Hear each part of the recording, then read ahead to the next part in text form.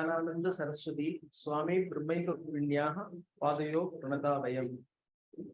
I offer my salutations to Sadhguru Ma and Swamiji and all the people here. And my topic is in Kārya and Akārya asset in the system of Mimamsa philosophy. As has been said by Professor Paneer Selvam in the morning while commenting on Professor Parveen Sultana's lecture, there are different perspectives. One perspective is from Supreme, and then from Jivatma perspective and social perspective, like that Kārya and Akārya are looked at from different perspectives. And the perspective which I would like to take it from philosophical, that is different systems of philosophy. Say, for example, when we take the Darsanas, Astika Darsanas, Nyaya, Vaiseshika, Sankhya, Yoga, Mimamsa, and Vedanta, like that. Each philosophy has got its own perspective. For example, just let us take, when we perform what is called pujas, etc. Generally, we have this particular sankalpa, Mamo Bhata Samasta Durdakshay Dwara Sri Parameshwara Prityartham. I do this particular puja. That is for all the removal of all the past acquired sins. Mama Upata Samasta Durdakshay Dwara. Durita means sins.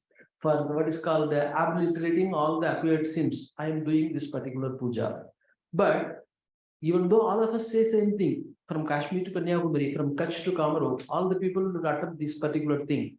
But the meaning will be from each and every perspective. Say, essentially in South India, we are Vedantins. So since we are Vedantins, we have got one particular common idea. But if you go to Kerala, the idea of Mimamsa is more there. The Mimamsa manuscripts have been preserved in Kerala more. And if you go to Bengal, and if you go to Benares and things like that, their Sankhya philosophy is more prevalent. And if you go to West, there the Vallabha Vaishnavism and other Vaishnavisms are more prevalent. Like that, different areas, different philosophies are prevalent, and accordingly, different concepts are there. So what will be Mimamsa concept?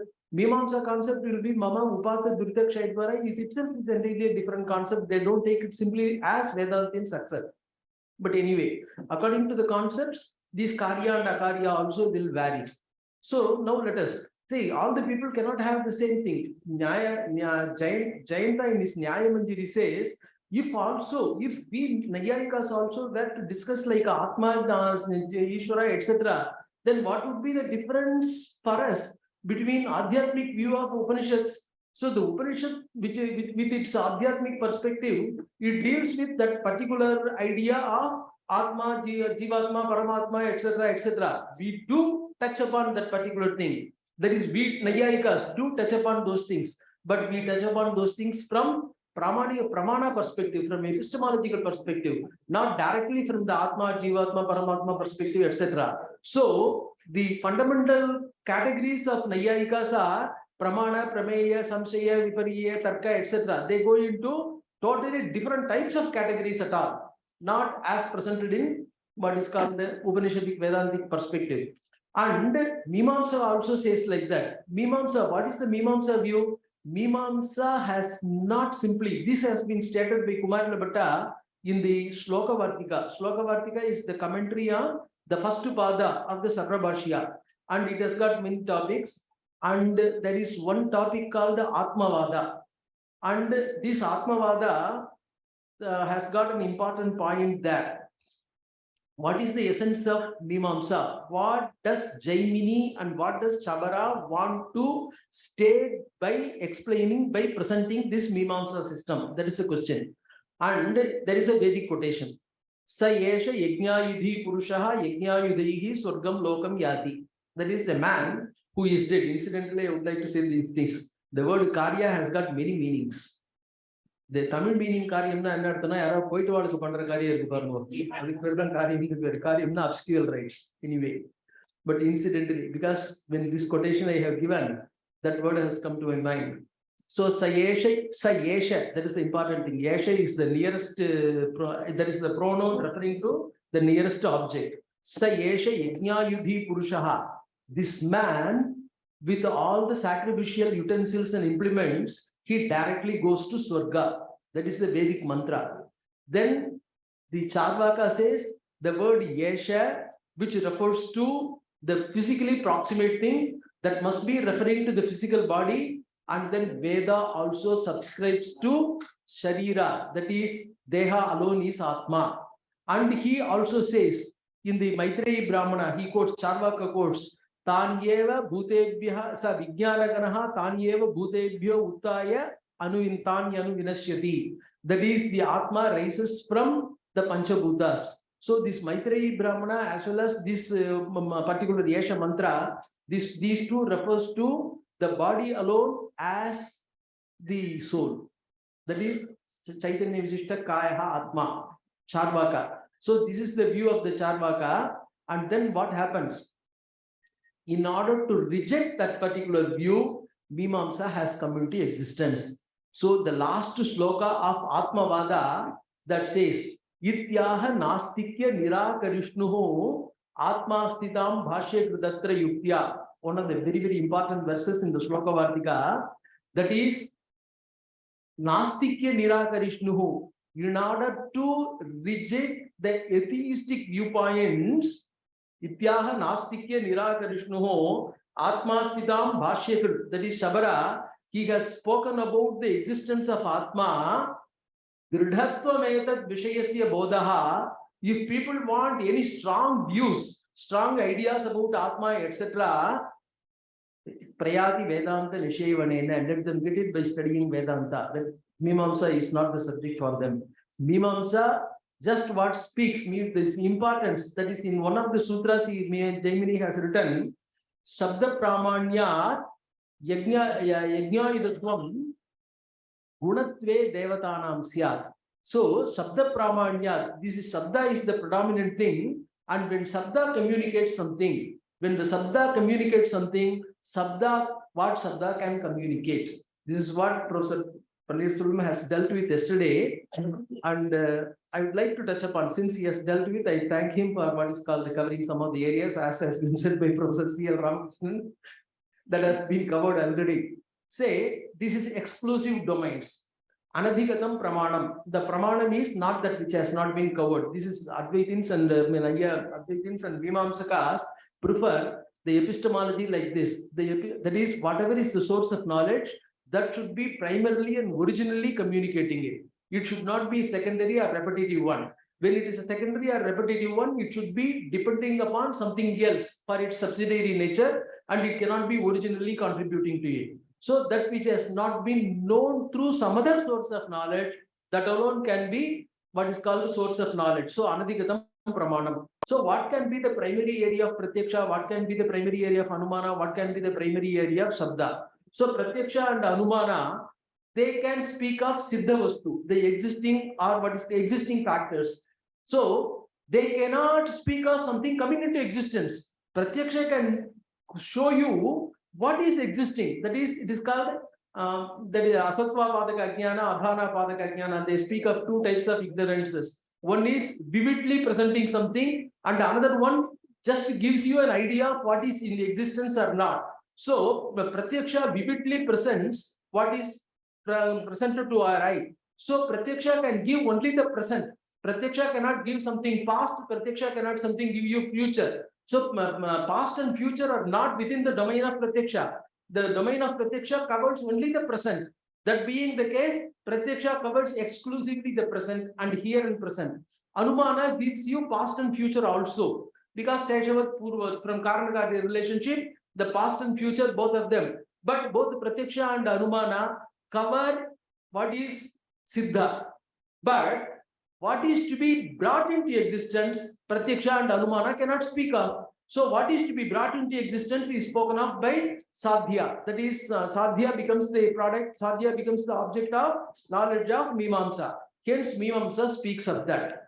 So Kārya becomes, so that's why, since Siddha, that is the preterite sentence or assertive sentence, etc., becomes the domain of what is being communicated by Pratyaksha, and Kārya, imperative, potential, alone becomes the subject matter of Veda. So that becomes, because Brahman being the Siddha Vastu, yet they say it is Vedantic Prayati Vedanta Nishevanena.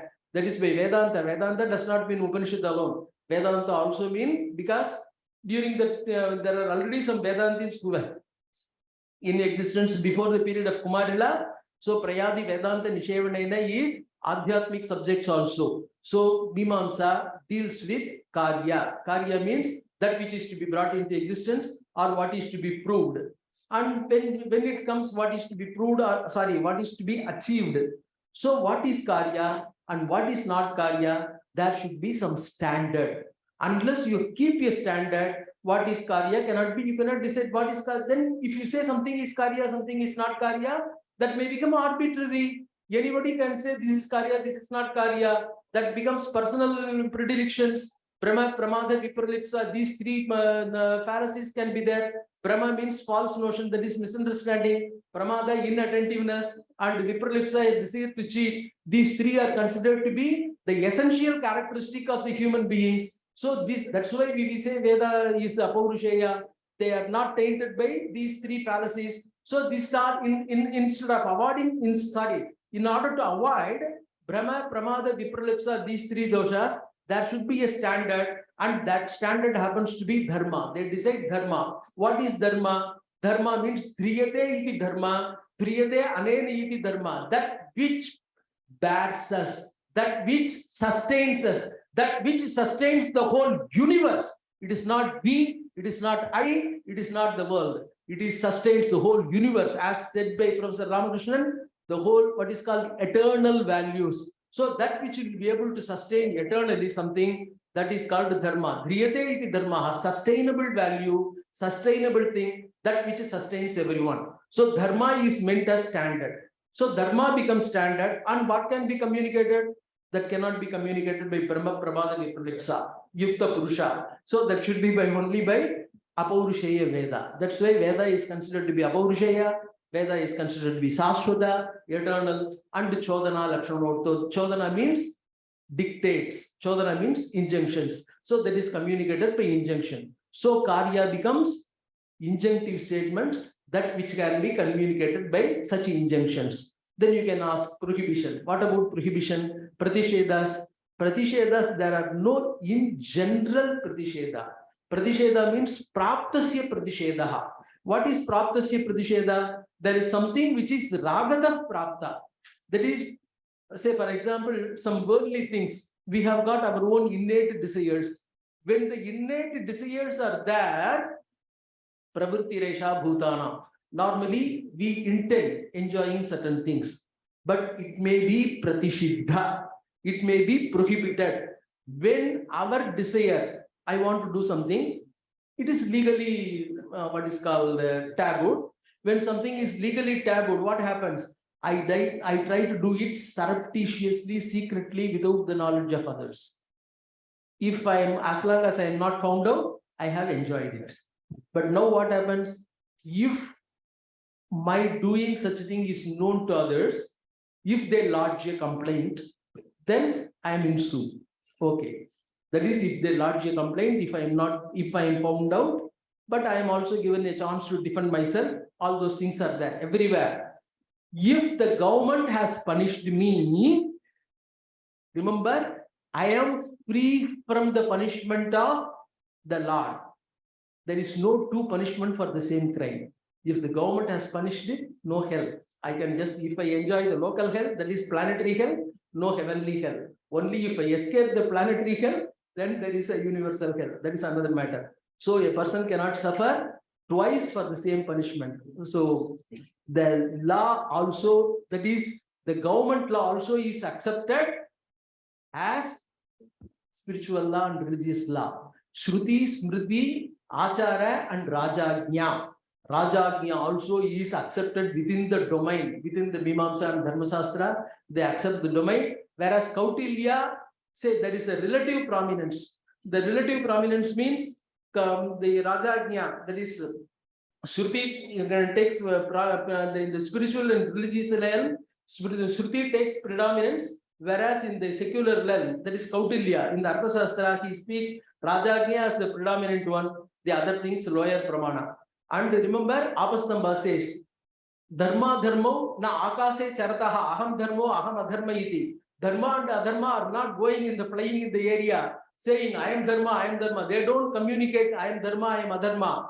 Yam Aryaha prasamsanti sa dharmaha, yam Aryaha garganti sa dharmaha. What generally Sishtas, acceptable people, the people who are held as model by the world, when such people say this is dharma, that is the dharma to be followed by everybody, and when such people say this is not a good thing, then it should be declared as adharma. So dharma and adharma are derived from achara. Sarvagamana, this is said in Mahabharata also. Sarvagamana acharaha pratamam parikalpate achara prabhavo dharmaha. Dharma, even in the modern jurisprudence, constitution is derived from the social conventions. This is how Mimamsa also goes, and they also have got Yathashakti Nyaya and so many things. Yathashakti Nyaya means sometimes, because I can experience it, I can enjoy it. That is, I have become older, I'm becoming older, I'm becoming what is called, because of old age, what happens? Then our Sharira also, Sarvendriyanam Charayanti Tejaha, as Nachiketa said, we are not able to perform certain rituals in a perfect way, as I would have performed in my younger days, or I would expect myself to perform. So, some sort of concession I have to take. Then Mimamsa, Dharmasastra, yes, you are eligible to take concession. Do as much as possible, do as you can. But when you do it as a kamya karma, I mean, when it is a duty, you can take concessions. But when it is volitional act, expecting a result, then no concession at all. Perfectly as it is prescribed, you have to do it. In this way, what should be what is called prohibition, and where prohibition is to be followed, where prohibition is not to be followed, and where duty is to be followed, etc. They have discussed the philosophy. This is the philosophy of Kārya and Akārya according to Mimamsa system. And thank you very much.